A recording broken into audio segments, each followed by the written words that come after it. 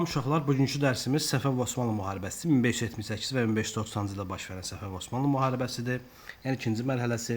Başlayaq dərsə. Şah 1-ci Təhmasibin vəfatından sonra Səfəv dövlətində siyasi sabitlik pozuldu. Şahın oğlanları arasında, yəni İsmail Mirzə, Heydər Mirzə və Məhəmməd Mirzə arasında hakimiyyət uğrunda mübarizə başladı. Nəticədə mərkəzi hakimiyyət zəiflədi və bundan istifadə edən ustaz tayfaların müdafiə edildiyi Heydər Mirzə öldürüldü və İsmail Mirzə qələbə qazanaraq 2-ci İsmail adı ilə taxta çıxdı. Şah 2-ci İsmailin hakimiyyət dövrü, yəni 1576 və 1577-ci ildə 1-ci Təhmasibin dövründə ömrünün 20 ilini həbsdə keçirtmişdi. Tərəfdarlar tərəfindən azad edilərək şah elan olunmuşdu.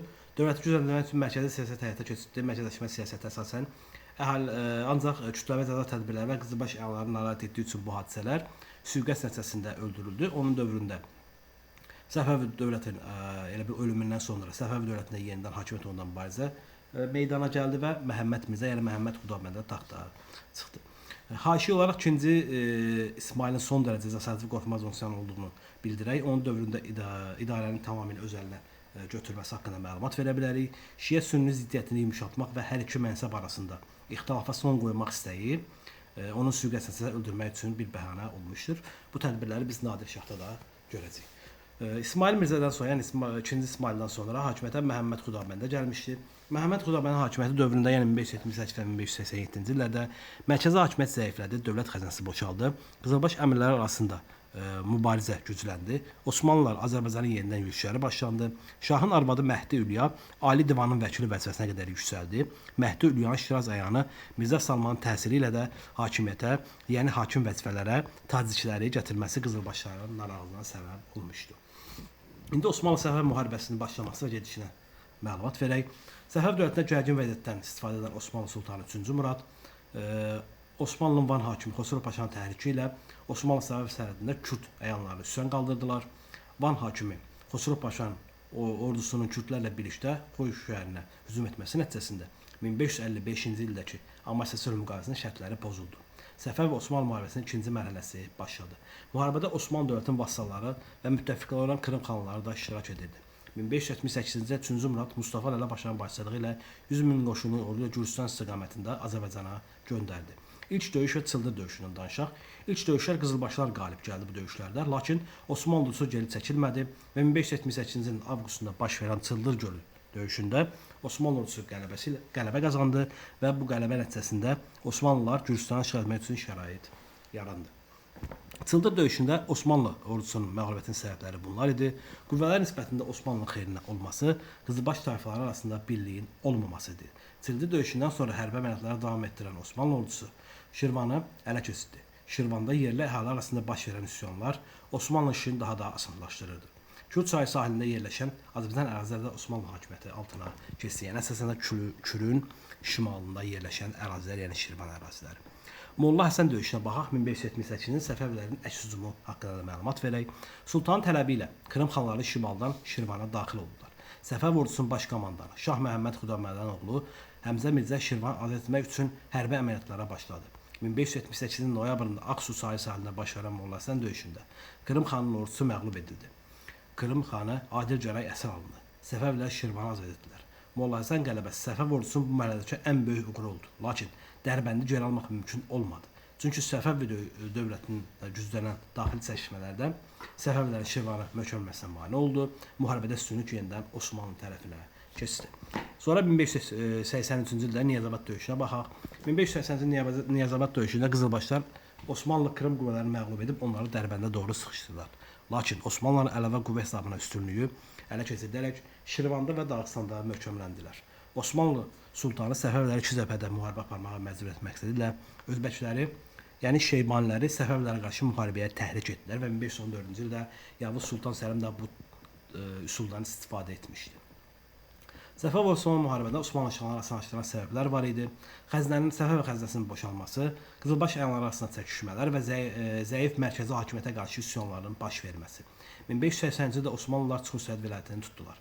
1585-ci ilin dekabrında Sufyan döyüşündə Osmanlılar sadəcə üstünlüyü Həmzə Mirzənin başçılıq etdiyi qızılbaş qoşunlarını geri çəkilməyə məcbur etdi. Sufyan döyüşündən bir gün sonra Osmanlı sərkərdəsi Güclü Toba Ateşin köməyi ilə Təbrizi tutdu. Şəhər əhalisinin ciddi müqaviməti Osmanlı Paşanın qədəmələndirdiyi üçün Yeniçərilərə şəhəri talan etməyi əmr etdi və şərqdə 10 böyük bazardan ibarət məşhur Qeysəriyyə bazarı yandırıldı.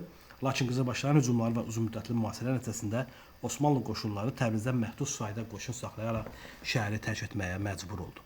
1586-cı ildə Həmzə Mirzənin başçılığı ilə sülh danışıqları başladı.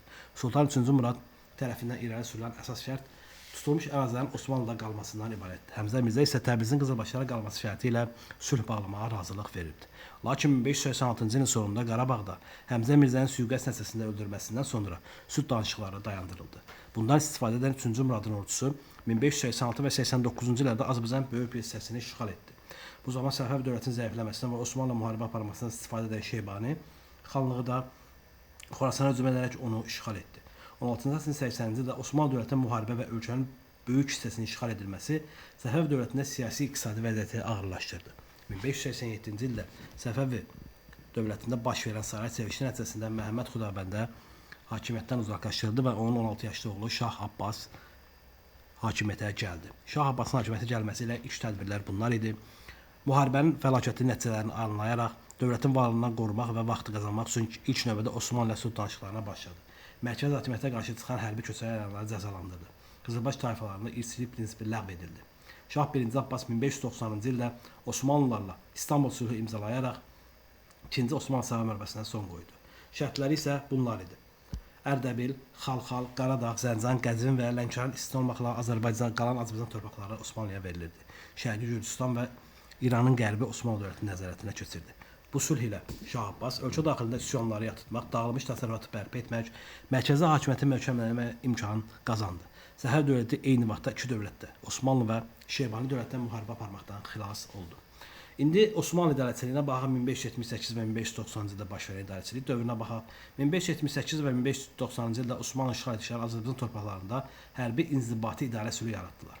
Osmanlı idarəçiliyi dövründə Azərbaycan ərazisi vilayətlərə, bəylərbəyliklərə və sancaqlıqlara bölündü. Azərbaycan əhali isə onların əmlakı siyahıya alındı. Azərbaycanda yeni vergilər, mükəlləfiyyətlər tətbiq edilmiş, ərazilər isə xüsusi vergi dəftərləri tərtib olunmuşdu. Bu dövrdə Osmanlılar işğal olunmuş bölgələrdə mərkəzləşdirilmiş idarəetmə sistemi quraraq yerli əhaliyə üzərində nəzarəti gücləndirilmişdi. Vergi siyasəti və inzibati bölgü vasitəsilə işğal zonasında Osmanlı hakimiyyəti möhkəmləndirməyə çalışırdılar. İndi burada bir haşiyə çıxım. Əhalinin siyahıya alınması biz burada gördük. İlk olaraq Sasani dövründə görəcək, Kiçik Mərzbanlıq dövründə 460 və 487-ci illərdə, daha sonra ərəblərdə görəcək, Əməvilər dövründə 725-ci ildə, daha sonra biz siyahıya almanı Hülaşilər dövründə görəcək və burada nəzərimizə gəlir. İndi xəritəyə baxaq, əsasən işğal olunmuş ərazilərə baxaq. Biz burada diqqət eləyək, ən birinci 1588 və 89-cu illərdə Şeybanlar tərəfindən, yəni 80-ci illərin sonlarında, 16-cı 80-ci illərin sonlarında Şeybanlar tərəfindən tutulmuş ərazilərə diqqət eləyək. Səfəv dövlətinin qərb sərhədləri, qərbi əraziləri idi. Daha sonra 1578 və 90-da Osmanlı müharibə nəticəsində ələ keçirilən bu ərazilər idi. Hətta İstanbul sülhünün şərtlərinə görə orada şərtlərdə deyilirdi ki, Ərdəbil, Zəncan, Xalxal, Lənkəran, Qaradağ istisna olmaqla bütün ərazilər, yəni İranın qərbi, Şərqi Gürcüstan və Azərbaycanın böyük hissəsi Osmanlıların nəzarətinə keçirdi. Xəritədə yəni dəqiq verilir burada. Qalan xırda ərazilər isə Səfəv dövlətinin qalmış, yəni Səfəv dövlətinin əlində qalmışdı. Və biz növbəti dərsimizdə baxacağıq ki, 1598-ci ildə hətta paytaxt Ara İsfahan şəhərinə köçürüləcək. Çünki Qəzvin də sərhəddə yaxın olduğu üçün Qəzvindən paytaxtı İsfahana köçürüləcəklər.